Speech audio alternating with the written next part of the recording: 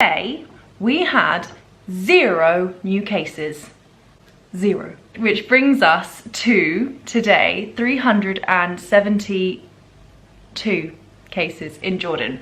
And we have had 7 deaths, but we have also had 161 recoveries. I'm checking the numbers, double checking them, because in my last update about this, I managed to say that there were 7 recoveries.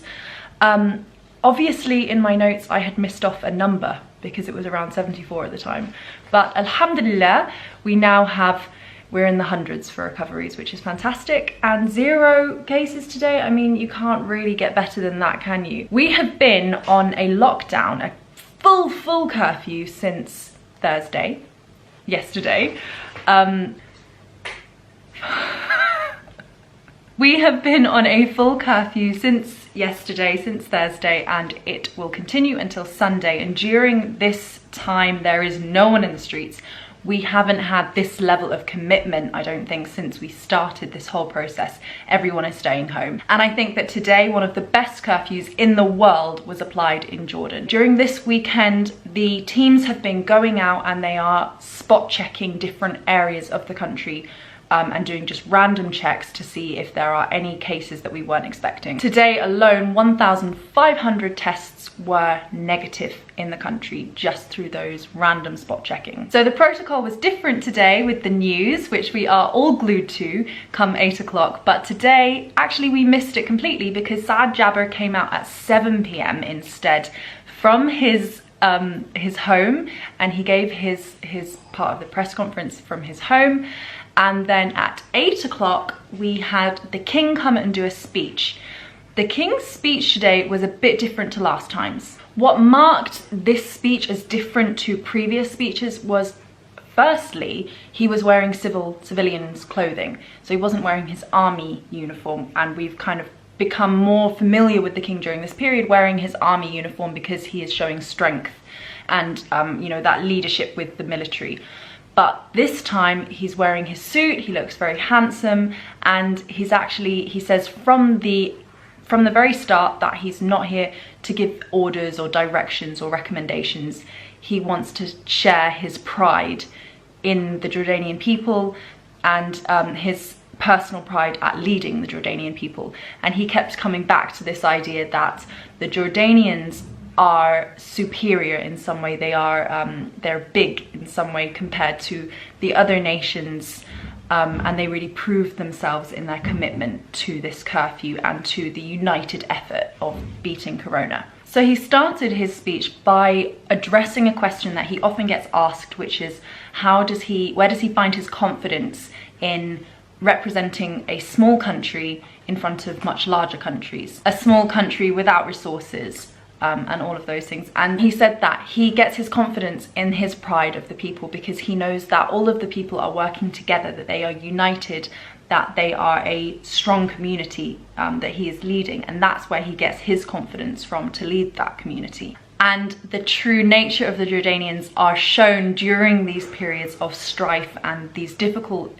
times that the Jordanians know very well. And this is when they really show what they're made of and they come together. And he ended his speech by saying unambiguously that soon everything is going to go back to normal. The children are going to go back to school, the church bells are going to ring, the adhan, you know, people are going to go to the mosques and the churches, everything is going to continue. And he summarized his speech at the end with these 2 words, shadda wa bidzul, which means a hardship and the wisdom that will be left afterwards. So that is a summary of the king's speech if you are unable to watch that with English subtitles, I guess. So with the random spot checking that we've been doing today over the last period, it has proven that the south is completely isolated, that there is no corona in the south, and the problematic areas, we really know where they are. So we started this whole process by, you know, closing the borders and isolating the foreigners and making them go through their 2-week quarantine, and then working out where the other problems were, and, you know, going back and tracing every single person that was dealt with that may have been infected by corona. And they've just done a really good job at that, to the point where now, you know, random spot checks are showing up with no corona. This shield that they put up and these layers of, like, these barriers that they assembled have really successfully, you know, they've worked. So the King's speech today really was kind of underlining the fact that we've done a tremendous effort and we have sacrificed so much, and that this really is coming to an end now. And I think that it is especially poignant that it happens now, because we're hearing more and more accounts of people who have a daily paycheck, you know, that they're taxi drivers and things, people who are earning their money every single day, who are seriously struggling now. And there is aid and there are various initiatives and the government is doing the best that it possibly can, but stretched as thin as it is, there's only, you know, there's only so much that it can do. So really it is the time for the King to be coming out and saying, you know, don't worry, this is going to pass, this is going to end. And I think that the struggling families really needed to hear that. So I just want to summarize by saying how far we've come during this period, and I've learned so much about the Jordanians during this period as well, and I feel like it's just been this really remarkable period of time.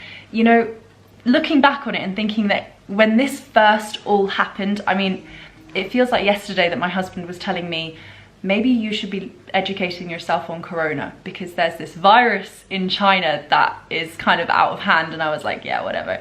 To, you know, this point where I was too scared to go in my garden without a mask on to put my laundry out, and what if the army gets me, or what if I catch corona, and, you know, all of these things. And now we've kind of gone through all that, and we've gone through the hard slog of it, and we've tried all these different things, and, you know, the apps that some things worked and some things didn't work, and all the different initiatives, and we're coming out at the end of it. And I feel, I don't know, I feel like being part of some kind of crisis in Jordan has made me feel personally more part of things, you know, and I really seen how united people are. You read things and you hear things about the different struggles that the country has been through, but I think that when you actually go through something, it really changes everything. And I'm really happy that I quarantined in Jordan. There was nowhere else that I would rather have gone through this experience than in Jordan. That's not to say that this is the end of everything. Of course, we've still got so far to go, even if we can see the light at the end of the tunnel. But khalik fil bayt, stay at your house, and continue abiding by the curfew and by the lockdown rules. And as the King said, shidda u bitzul. Ma salama.